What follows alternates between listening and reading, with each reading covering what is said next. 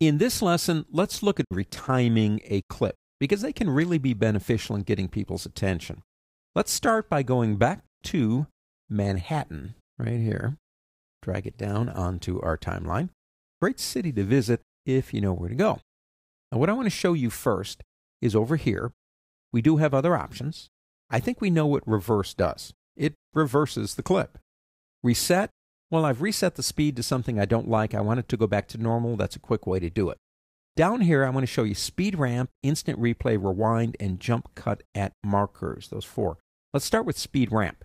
Now, you have from 0 or to 0. If you say from 0, you're saying start the entire clip at a stop and slowly go up to 100%. Let's do that one. Now, it breaks it up here. We have sections. Slow at 13, starts getting faster, starts getting faster, starts getting faster. Here's the transitions right here, and I'll play just a little bit. I won't do the whole thing. Very, very slow. And then the transition kicks in. It starts going a little bit faster. Now, your control here is the transitions, number 1, and you can stretch those out. Let me go ahead and click right there and go a little bit that way and maybe a little bit this way, just like that. We could try that again real quick. And it transitions and starts going faster, a little bit faster, a little bit faster. So you have that control. If you want to, you can even get in here and control the speed, but it's doing a good job of getting it to ramp up unless you've got some other motive or objective.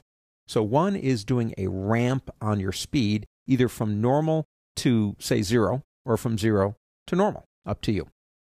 Go ahead and press Control-A, delete. Now, I know I am a creature of habit, but go ahead and select our hourglass and bring it down. Snap it right over. We'll leave it alone. The next one I want to show you is one, and I guarantee you have seen this, instant replay. When I'm shooting, say, a sports event, and maybe the goalie, like, for example, lets a goal go through, or he makes a fantastic save in a good football game, and we call it soccer mostly over here in the United States, but a football game. And so you see that, and have you ever seen an instant replay? Of course you have. Now, our instant replays are at 100%, 50%, 25, or 10. What we want to do is decide where the replay starts and ends. So we actually have to cut the clip. So I'm going to come in here, and we'll do our little where it starts kind of going in like that. That first crack right there, that little crack. Now, I'm going to do a blade edit here, but I'm going to do it with a shortcut to save a lot of time. I could come up here and pick up the blade tool. I could press the letter B on my keyboard, but I tell you what, playhead's where I want it to be. Press Command B. Now that does two things. It saves you time in the fact you don't have to get the tool, but also you're back on the selection tool automatically because that's the last tool we used. And I'm going to come to about here where it kind of just breaks up like that and do the same thing, Command B. So we've got the clip we want. Select it. Come up here and select Instant Replay. Now we'll do 100%. This actually is in slow motion anyway. Watch what happens. There is the instant replay. Let's look at it. Start out here. I want to see that again. There you go. And there's the instant replay. That's what this is up here.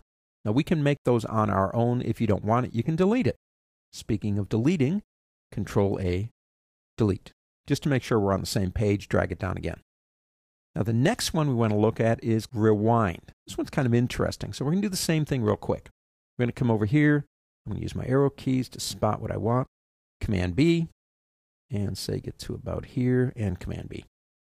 Select that clip part. Come up here. This one's kind of interesting. Do a rewind. We'll do it normal speed. You could make it faster if you wanted to. 3 sections. Watch what happens. Crash, bang, boom. Rewinds. Crash, bang, boom. So again, let's go to the goalie and somebody trying to score. Whoa, look at the way that happened. Let's rewind that, and let's look at that again. A rewind. Not too bad. Let's look at one more, and again, let's go ahead and get rid of everything so we can start all over, and now let's bring the same one down again. Now, on this one, we have something that is called jump cut at markers. So I'm going to introduce something called a marker that we're going to talk more about later. A marker allows you to mark an area of a clip that you can, once you've done that, do a lot of other things. So we're going to go here, say, for example, to that point. If I can grab my playhead, sometimes I can't, that's hard to do. And I'm going to get right there again, and I'm going to press the letter M, as in Mary, on my keyboard. That sets a marker. I'm going to do another one as it begins to crash right about there, M. So I got 2. You could have as many as you want. If we then go over here and say jump cut at markers, it says how many frames from the marker do you want to cut? So 30 would be like a second. Let's do that one so you can see how this works. There they are. If we come over to here again, now watch. It changes the energy of the clip by cutting out what some people might think of as boring anyway. It adds more energy. Now you see things like that again in movies all the time, like maybe somebody is walking toward the camera, and about every 2 seconds he jumps about another second, and he jumps another second. It does add energy to a piece. It can take out the boring bits for you. Jump cuts at the markers. Saves us the time of cutting it ourselves manually. Now you still have control over here. As you can see, if I click right here, I can change how that works in terms of speed and in terms of what I'm doing. And if I come back over here again and show you that,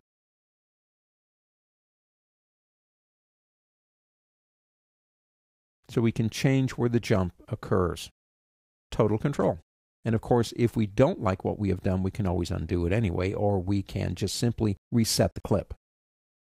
In my opinion, working with some of these retiming effects, and you can go overboard on anything, don't forget that, can take something that is not necessarily boring, but something that is predictable to the person that's watching it and change it. And that's going to draw their attention. And that's what we want. Let's go ahead and press Control A and delete and move on.